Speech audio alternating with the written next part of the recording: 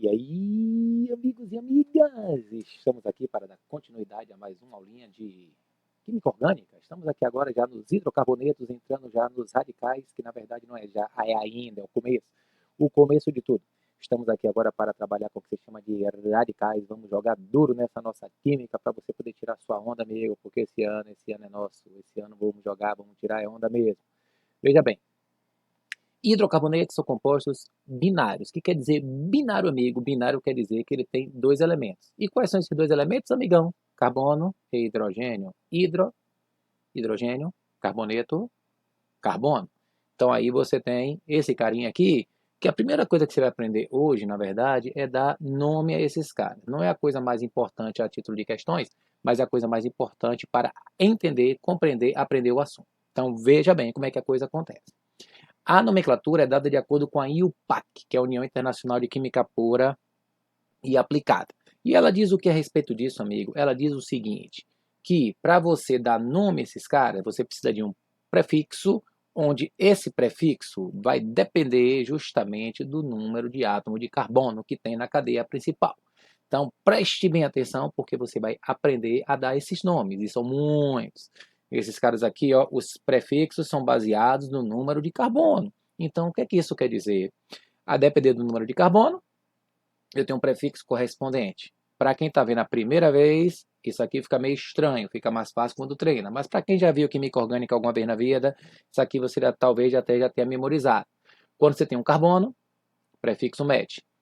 Quando tem dois, et. Quando tem três, prop. Quando tem quatro, but. Quando tem 5, pent.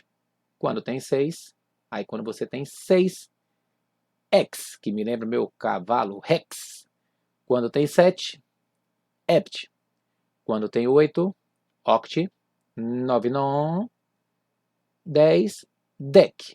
Aí você vai vendo, todo mundo aí bonitinho. Na verdade, até 8 já era suficiente, mas vou botar tudo, porque eu gosto de ser completo, né? Para você poder, quando você for estudar por qualquer outro meio, você vai pelo menos ter 11 é 1 dec. 1 dec. 1 com 10. 12, dodec. 13, tridec. 14, tetradec. 15, pentadec. 16, hex. Eu não aguento falar hex, que eu lembro do meu cavalo Rex. Hexadec. 17, hepta. 18, octa. 19, por aí vai. Agora eu vou lhe dizer 20 e 30. 20 é equals, mas eu nunca vejo também nas provas, viu? E 30, porque senão a tabela não ia ficar completa. Triaconte. Só que esses caras, eles também dependem, sabe de quê? Do afixo, ou infixo, que depende das ligações, o tipo de ligação. Então funciona assim, ó, uma tabelinha bonita dessa, o tipo de ligação. Se você tem uma ligação, sim, na verdade, todas as ligações simples, uma única ligação para cada um, você tem todas simples, você usa o AN. Uma dupla, EN. Uma tripla, IN. Esses são os básicos, são assim os mais importantes. Agora, duas duplas, DIEN. Duas DIEN. Três duplas, TRIEN. Duas triplas, DIN. A gente vai até o DIEN, é o que eu vejo mais cair nas provas. Os outros eu não vejo não, mas eu falo para poder ficar completo. Então veja bem, o que é que nós temos aqui? Os radicais, eles vêm de uma cisão ou quebra de ligações. Essa cisão ou essa quebra, ela pode acontecer de duas maneiras. Ou é uma heterólise, lise quer dizer quebra de maneira heterogênea, ou cisão heterolítica, que seria assim, ó. Quebrou a ligação e alguém vai ganhar ou perder elétron. Vai formar cátion ou ânion. Como é que seria isso, amigo? Deixa eu lhe mostrar aqui. Você tem aqui carbono, bonitão, beleza, tranquilo, de boa. Aí eu tenho aqui, ó. Essa ligação, ela é um par de elétrons, que é entre o carbono e o bromo. É a ligação que tem um par de elétrons. Imagine que vai acontecer uma quebra desse jeito. O que é que isso quer dizer? Quer dizer que esse composto, essa parte, ela ficou positiva. Por que ficou positiva? Porque perdeu os elétrons para o bromo. Se perdeu os elétrons para o bromo, significa dizer então que esse cara é um carbocátion. É um carbono na forma de cátion, carbocátion. E o Br vira Br-, que é justamente o íon brometo, que nós já vimos lá na parte dos sais, tá certo? Para você poder ficar ligado. Então, o que é que nós temos aqui? Esses caras são chamados de reagente eletrófilo. Por que eletrófilo? Porque tem afinidade por elétron. Por que afinidade por elétron, amigo? Porque ele é positivo e o elétron é negativo. São os ácidos de Lewis que nós estudamos lá em teoria de ácido base. Se você não assistiu ainda a aula, pode assistir que está aí no canal tudo direitinho, completinho para você, tá certo? Então esse cara é um carbocátion. Aí você fala, como é que eu vou saber na prova? Ele vai lhe dar, amigo, ele vai lhe dizer assim, ó, a estrutura tal, através de uma cisão heterolítica, aí você já fica ligado. Se deu heterolítica, um vai ganhar, outro vai perder. Como o bromo é mais eletronegativo, a tendência dele é de ganhar o elétron do carbono. Diferente, por exemplo, se você tiver um composto como esse aqui, ó, onde nesse caso você tem aí o par de elétrons, e quando quebrar essa ligação, ela quebra assim, ó. O carbono agora ganhou os elétrons do hidrogênio. Se o carbono ganhou, ele fica negativo, porque ele é mais eletronegativo que o hidrogênio. Ele vira um carboânion, E o que você gerou foi um H+. Então, esse carboânion já é um reagente chamado de nucleófilo. Núcleo, por quê? Afinidade pelo núcleo, já que o núcleo é positivo. Então, ele é negativo, ele tem afinidade pelo núcleo. E ele vai lhe dizer na hora, a cisão tem que ser heterolítica para que isso aconteça. São as bases de Lewis também, que se você não tiver ligado, é bom você ficar ligado lá, estudar um pouquinho lá atrás, viu? Para você poder jogar duro. Agora, a homólise ou cisão homolítica, aí o nome já diz, homo, quer dizer, já é de maneira homogênea, ninguém nem ganha nem perde elétrons. Seria mais ou menos assim, ó. Imagine que você tem basicamente a mesma estrutura, a mesma. Aí o que é que vai acontecer? Tem um par de elétrons, só que quando acontecer a cisão homolítica, ela vai fazer isso aí, ó, quebrar um elétron para um elétron para o outro. Ninguém ganhou, ninguém perdeu, como diziam alguns políticos não é num passado assim, não é tão distante assim, né? Mas tudo bem. Aqui o que é que você tem? Você tem esse carinha aí, ó, bonitão, e aí você vai ter essa estrutura que vai ser representada com essa bolinha, que é o elétron. Só que esses elétrons são chamados elétrons desemparelhados. Você tinha um par de elétrons, desemparelhou, não tem mais par. Aí você tira a bolinha e representa por um tracinho. E isso é o que você chama de radicais livres, que é o que interessa na nossa aula de hoje. Esses são nossos radicais. Então, o que é que vai acontecer, amigo? Esses radicais são grupos de átomos que são neutros e que têm elétron desemparelhado, tem elétron de valência e é representado por um grupamento e um tracinho. Como é que isso funciona, amigo? Vou lhe mostrar aqui para você poder ficar ligado. Ó. Os radicais podem ser alquilas, que são derivados daqueles que têm ligações simples, que se chama de alcano, que a gente vai ver lá na frente. Tirar o hidrogênio de um alcano, que seria mais ou menos assim, ó. Faz essas tabelas bonitas para você, aí faz uma luzinha na tabela para poder o cara ficar meio assim, mas faz parte. Você vai ter que aprender a dar o nome do radical baseado no seguinte. Todo radical, ali é um radical. Como é que eu sei que é um radical? Porque tem ali o hidrocarboneto e um tracinho. Isso é no papel, mas aquele tracinho é um elétron livre. Todo radical termina com íon. Então você diz para mim, ali não tem um carbono? Tem. Se tem um carbono é MET. MET é você junta MET com íon. O nome desse cara é metil. O nome dele é metil, tá certo? Aí agora você percebe que esse também pode ser representado assim, ó. C2H5, é a mesma coisa. 2 carbonos e 5 hidrogênios. E um tracinho que é a valência. Chama de etil. Por que etil, amigo? Et, 2 carbonos com a terminação io, etil. Pode acontecer de aparecer esse e esse. Ambos têm 3 carbonos. Então, os dois vão ser propio. Só que tem diferença entre eles. Onde é que está a diferença, amigo?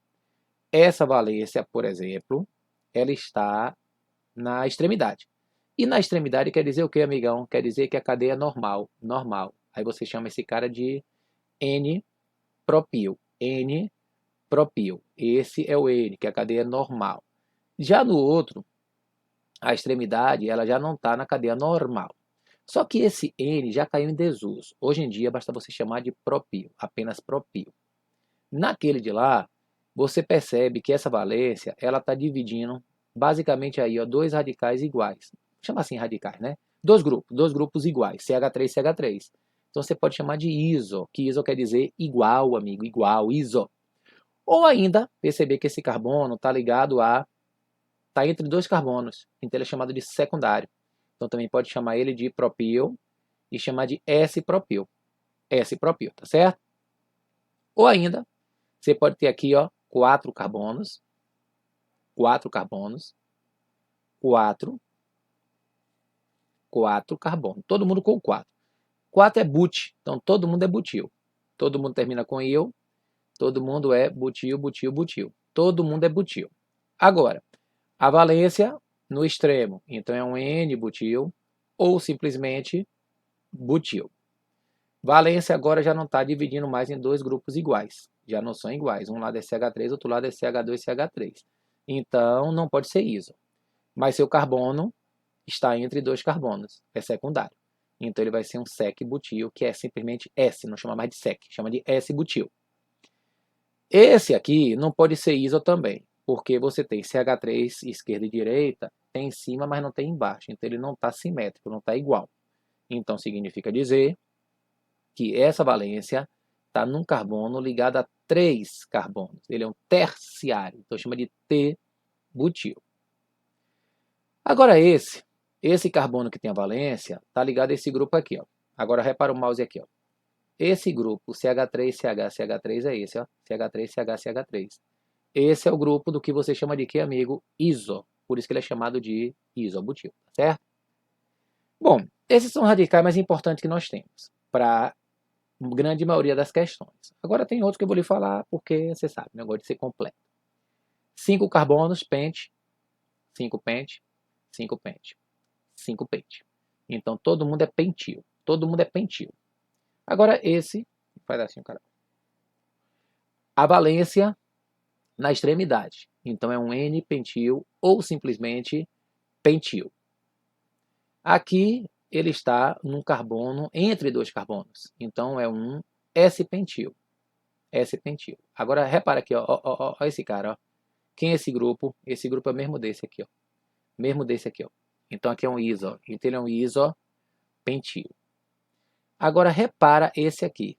Esse aqui, você vê que esse grupo que você tem aqui, essa valência, esse cara é o mesmo desse. Só que se você chamasse aqui de T-pentil, não ia dar certo, porque o carbono que tem a valência é esse.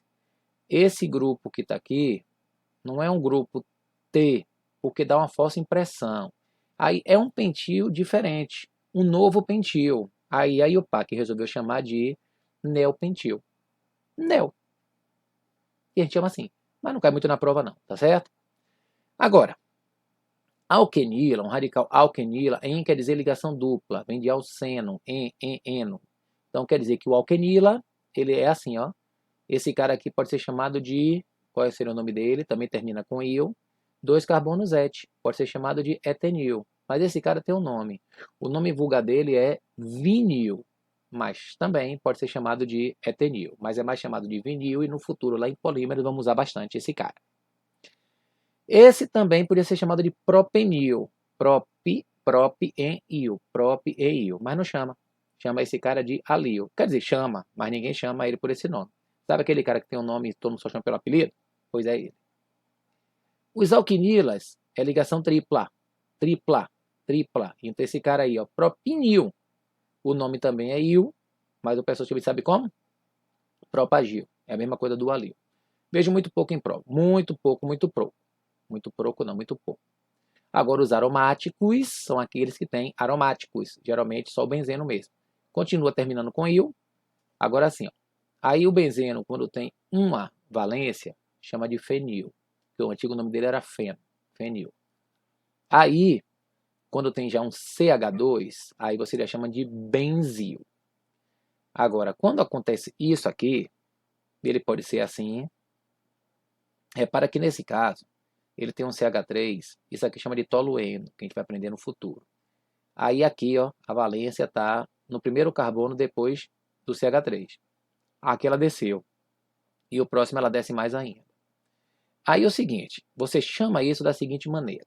Toda vez que você tem o benzeno e ele tem um CH3, o que acontece é, ele pode ter valências nesses lados aqui, ou de um lado ou do outro.